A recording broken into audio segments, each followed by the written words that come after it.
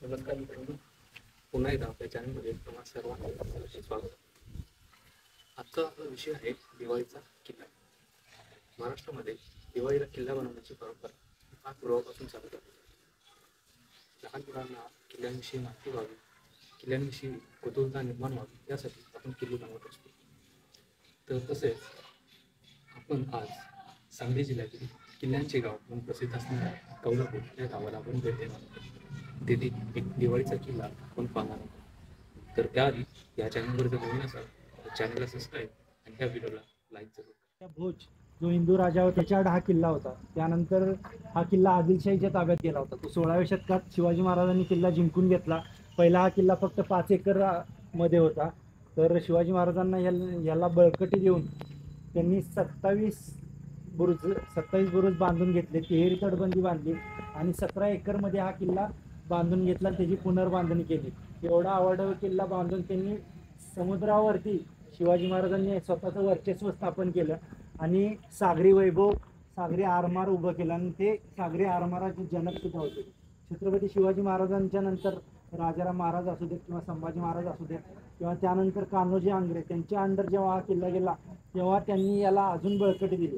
या किल्ल्याच्या बाजूलाच गोदी म्हणून त्यांनी 400 टनचे जहाज बांधण्यासाठी किंवा दुरुस्त करण्यासाठी गोदी सुद्धा बांधल्या गेल्या होत्या.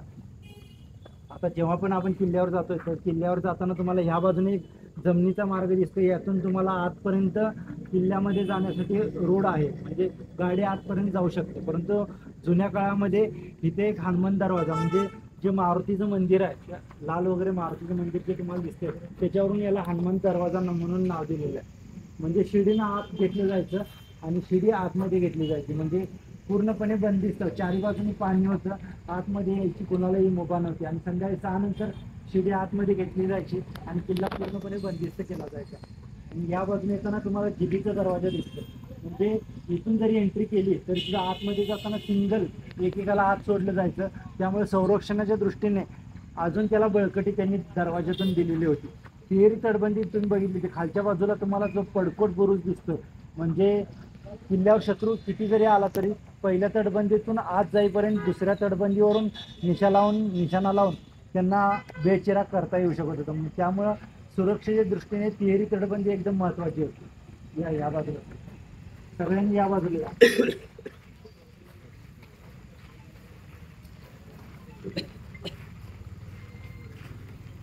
आता ज्यावेळी आपण जिबीच्या दरवाज्यातून आतमध्ये येतो तर या बाजूने आल्यानंतर तुम्हाला जो मुख्य प्रवेशद्वार आहे, तर बाहेरच्या बाजूनं कुठूनही बघितलं, समुद्रामध्ये बघितलं, जंजिराला जसं तुम्ही बघताय त्याप्रमाणे या बाजूनं बघितलं तर तुम्हाला किल्ल्याचा दरवाजा दिसणार नाही.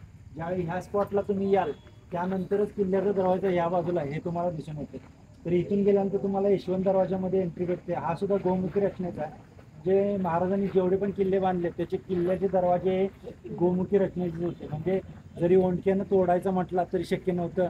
हत्तीनं जरी तोडायचं म्हटलं तर, कारण हत्तीला वळता येणार नाही त्या ठिकाणी, म्हणून गोमुखी रचनेचे बांधण्यात आले होते.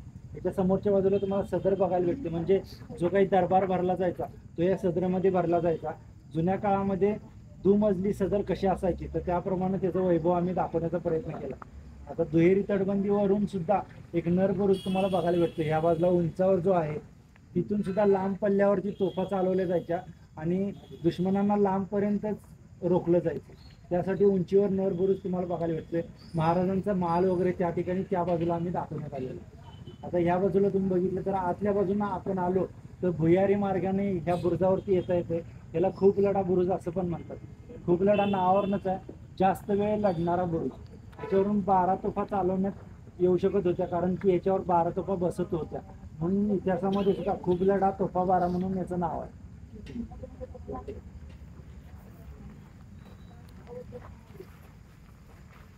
या बाजूला तुम्ही एक बघितलं असेल चोर दरवाजा दिसतोय. आता जरी तुम्ही बघायला गेला तर चोर दरवाजा तुम्हाला बघायला भेटेल. छोट्या स्वरूपाच्या दगडाच्या बाजूला एक चोर दरवाजा आहे. आणि हा आतला जर बालेकिल्ला तुम्ही बघितला तर सदर सोडून भवानी मंदिर असेल, जखिनीची मंदिर असेल किंवा जखिनीची तोफ, म्हणजे त्या मंदिरावरूनच त्या तोफेला नाव जखिनीची तोफ म्हटलं. आता जरी बघायला गेला तर तुम्हाला ती बघायला भेटेल. धान्य कोठरा म्हणजे जो काही 2-3 वर्ष किल्ला जागता ठेवायचा असेल, शत्रूंना हल्ला केला, वेढा दिला, तर त्यावेळी किल्ला जर जागता ठेवायचा असेल तर धान्य वगैरे 2 वर्ष पुरेल एवढं धान्य त्या धान्य कोठारात राहत होतं. आता तटबंदी तुम्ही बघितली तर तटबंदीच्या बाजूला मावळ्यांना राहायची सोय सुद्धा या ठिकाणीच केली होती. एक भवानी मंदिर आता जर गेला तर चौथरे तुम्हाला बघायला भेटतील. जखमी मंदिरच्या बाजूला तुम्हाला एक हेलियमचा पॉईंट म्हणून तिथे बघायला भेटेल. म्हणजे हेलियमचा शोध या ठिकाणी, म्हणजे जो इंग्रज शास्त्रज्ञ आला होता जॉन्सन, त्याला या ठिकाणी हेलियमचा शोध सूर्यग्रहणाच्या वेळी लागला होता.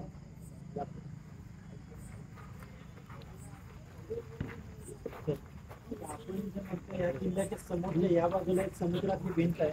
म्हणजे त्यावेळी शिवाजी महाराजांनी समुद्रातील भिंत बांधली होती. म्हणजे ती 122 मीटर रुंद आणि 7 मीटर उंच अशी होती. म्हणजे जरी किल्ल्यावर शत्रू आला तरी सुद्धा आपली जहाज होती सपाट होती, पाण्यावरनं पुढे येऊन जायची. परंतु इंग्रजांची जहाज जी होती ती व्ही आकाराची असल्यामुळे ह्या इथे येऊन तटायची आणि तुटून पडायची. त्यावेळी इंग्रजांना प्रत्येक वेळी वाटायचं की आपली जहाज या ठिकाणी का तुटता येते, परंतु समुद्राची भिंतीच्या त्यांना त्यावेळी माहीत नव्हतं.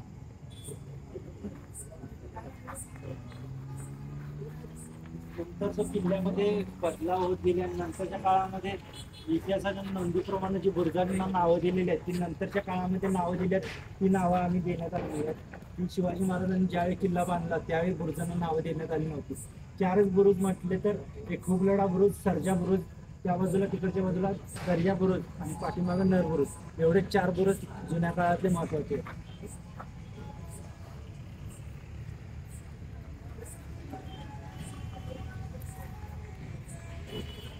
दर्या बुरुज तुम्ही जर बघितलं तर दर्या बुरुज सुद्धा महत्वाचा आहे. कारण खुबलडा बुरुजाला जसं महत्व आहे त्याप्रमाणे यावरून सुद्धा बाराखिमा चालू शकत होते. म्हणजे या बाजूला जो अरबी समुद्र आहे त्याच्यावरती किती शत्रू लांबून आला त्याच्यावरून आपण त्याला रोखू शकत होतो. म्हणून याला महत्व आहे दर्या बुरुजाला. आता ज्यावेळी तटबंदीची देखभाल किंवा डागडुजी करायची असेल तर चुन्याचा घाणा, म्हणजे चुना वापरला जायचा, तर घाणा वगैरे तुम्हाला बघायला भेटेल. आता 20 मीटर रुंदावर तुम्हाला जरी खारं पाणी असेल तर त्याच्या आतल्या बाजूला तुम्हाला गोड्या पाण्याची विहीर बघायला भेटेल. सिंधुदुर्ग किल्ल्यावर जसे 3 गोड्या पाण्याची विहीर आहेत तसे विजयदुर्ग किल्ल्यावर सुद्धा गोड्या पाण्याची विहीर तुम्हाला बघायला भेटेल. विजयदुर्ग किल्ला नसेल तर शिवाजी महाराजांच्या नंतर कान्होजी आंग्रेंनी सुद्धा या किल्ल्याला बळकटी घेऊन समुद्रातील जे आर्मर होतं ते पूर्णपणे आर्मर इतका वचक बसवला होता की इंग्रज, पोर्तुगीज, डच, फ्रेंच जे असतील त्यांना मसाल्याच्या वापरासाठी किती जरी जवळ आले तर सुद्धा हा किल्ला त्यांच्या ताब्यात कधीच गेला नव्हता. म्हणजे 1707 पर्यंत जोपर्यंत औरंगजेबाचा मृत्यू होत नाही तोपर्यंत हा किल्ला मराठ्यांच्या ताब्यात होता. त्यानंतर जी शाहू गादी आणि शिवाजी महाराजांच्या गादीचे जे वाद विकोपाला गेले त्यानंतर इंग्रजांनी हा किल्ला पेशव्यांना सोबत घेऊन किल्ला हा जिंकून घेतला होता. आणि त्यानंतर किल्ल्यावरती जे काही तोफा असतील, वास्तू, सोनं, नाणं किंवा हे असतील ते घेऊन गेले होते याच्यावर. नंतर त्यांनी पेशव्यांना हा किल्ला ताब्यात दिला होता. आता स्वराज दुर्गनाथ प्रतिष्ठान कोल्हापूर यांच्यातर्फे आम्ही गेली 15 वर्ष किल्ले प्रतिकृती उभा करतोय. हा 16 वर्ष आहे. तर 12 किल्ले जे जागतिक वारसा यादीमध्ये गेलेले आहेत त्याचे 12 किल्ल्यामध्ये विजयदुर्ग किल्ल्याचा सुद्धा समावेश आहे. तर त्याच्यावरून आम्ही तो इतिहास आता घेऊन हा किल्ला यावेळी आम्ही पुनर्बांधणी प्रतिकृती बनवलेली आहे. तर तुम्हाला किल्ला वगैरे कसा वाटला, जाताना वगैरे तुमचा अभिप्राय सुद्धा नोंद करा. काही सजेशन असतील ते पण तुम्ही देऊ शकता. किंवा जे काही लहान मुलं असतील किंवा म्हातारी माणसं असतील त्यांना किल्ल्यावर जाणं शक्य नाही तर त्यांना एका दृष्टिक्षेपात एका तासात किल्ला कसा बघता येईल त्यासाठी आम्ही हा उद्देश ठेवून किल्ला प्रतिकृती बनवण्याचा प्रयत्न करतो. तर तुमचा अभिप्राय आमच्यासाठी उत्साहवर्धक असतो कारण त्यातून आम्हाला अजून प्रेरणा भेटते आणि पुढच्या वेळी अजून आम्ही ह्याच्याविषयी अजून किल्ला किती चांगला करता यावा तो आम्ही प्रयत्न करतो. कारण की 2010 पासून आम्ही मातीचा किल्ला, त्यानंतर थर्मोकॉल यूज केला, त्यानंतर हिटलॉन यूज केला, फोम यूज केला, त्यानंतर शाडू माती असू दे किंवा POP असू दे. आता लास्टला आम्ही म्हणजे POP प्लस म्हणजे थर्मोकॉल हे फोम प्लस प्रिंट मीडिया असं दोन्ही मिळून मिक्स करून तिथं जसा किल्ला आहे त्याची तटबंदी कशी आहे. कारण की तुम्हाला बघितलं तर काळी तटबंदी काही दिसते, ग्रे कलरची दिसते किंवा लालसर सुद्धा तटबंदी दिसते. पूर्णपणे आहे असा किल्ला हुबेहूब दाखवण्यासाठी हे सगळं आम्ही यूज केलेलं आहे. आमचा 15 जणांची टीम आहे.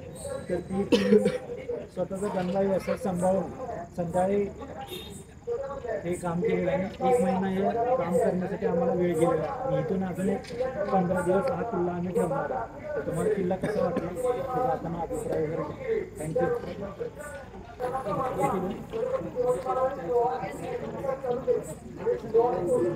जर तुम्हाला हा व्हिडिओ आवडला असेल तर चॅनलला सबस्क्राईब करा. आणि ह्या व्हिडिओला लाईक